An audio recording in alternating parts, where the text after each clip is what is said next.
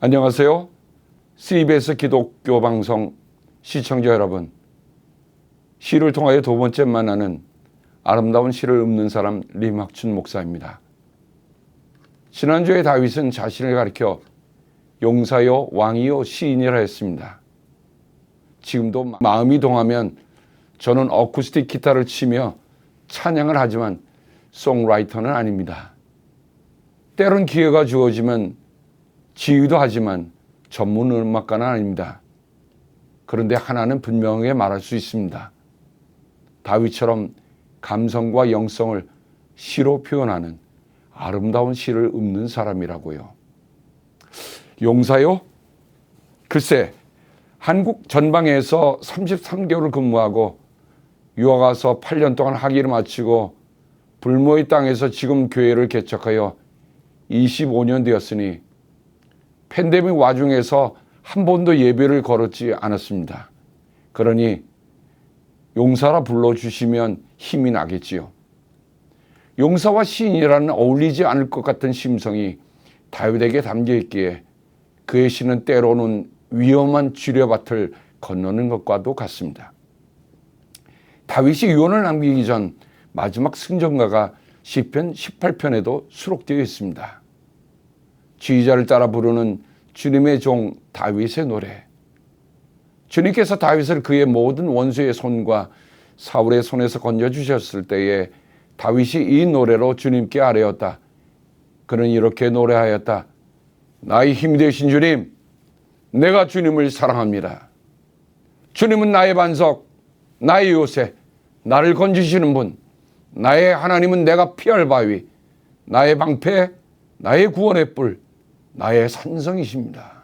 주님께서는 신실한 사람에게는 주님의 신실하심으로 대하시고 흠없는 사람에게는 주님의 완전하심을 보이시며 깨끗한 사람에게는 주님의 깨끗하심을 보이시며 간교한 사람에게는 주님의 절묘하심을 보이십니다.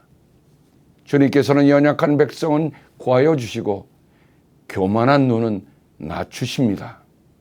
저는 이 부분을 공동번역으로 1977년부터 마음에 담고 읽고 있습니다.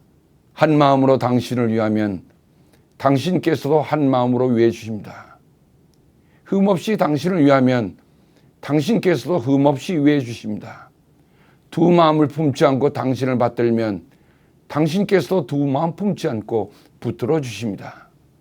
그러나 당신을 속이려 드는 자는 꿰어넘기시고 억눌린 자를 건져주시며 거만한 자를 부끄럽게 만드십니다. 미주에 와서 방송 컬럼도 중보 기도도 진행해 보았고 25년 전에는 새롭게 하소서에 나간 적은 있지만 이렇게 다시 화면으로 만나게 되니 설렘보다 무게를 더 느낍니다. 네 분의 컬럼리스트를 가리켜 4인 사색이라고 불러봅니다. 신부 화장을 하는데 나는 어떤 컬러를 어떻게 사용해야 하나. 새벽 기도만 되면 뵙는 은퇴 목사님이 계십니다. 은퇴 후 중국 선교 5년 하셨다가 이제는 블랙리스트에 오르셔서 리모트 선교를 하시는 분이십니다.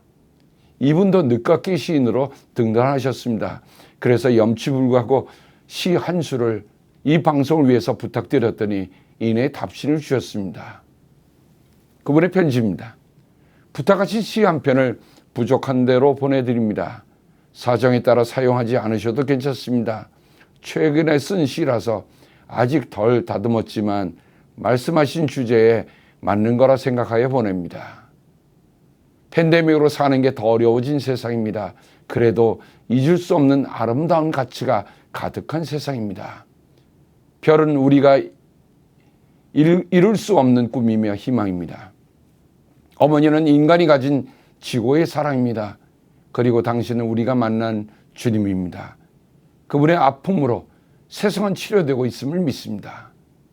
목회의 끝자락에서 주님의 마음이 드는 종이 되려고 애쓰시는 목사님과 사모님을 응원하면서 기도합니다. 참 마음 따뜻해지는 서신이었습니다. 급하게 부탁드린 것임에도 뜸이 조금 덜 들었어도 허기져서 보채는 저를 위해서 듬뿍 퍼주신 사랑의 너그러움이 고마웠습니다. 아직 출판되지 않은 그 시를 이제 소개합니다. 이 세상, 윤이름. 이 세상에 아직 싫어한 적이 없는 이름이 있어 나에게는 아름답습니다. 별입니다. 보았어도 못 본 듯하여 별 보러 다시 그리로 떠납니다.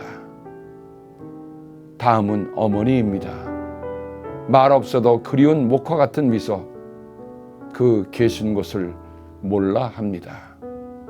그리고 당신입니다. 한 번 만나 모든 것이 되었습니다.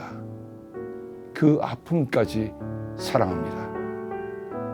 당신을 그냥 바라볼 수 있는 이 세상 오길 참 잘했습니다. 2021년 11월 12일 라구나 우즈 빌리지 아침에 지난번 소개해드린 김용교 시인이 유방암 투병기 친구의 출판 기념회에 참석했습니다. 큰 감동을 받았는데 감정 몰입이 있어서일까요? 그만 핸드북을 놓고 나왔습니다. 그래서 김용규 씨는 순간 일상에서 천국과 지옥을 경험합니다.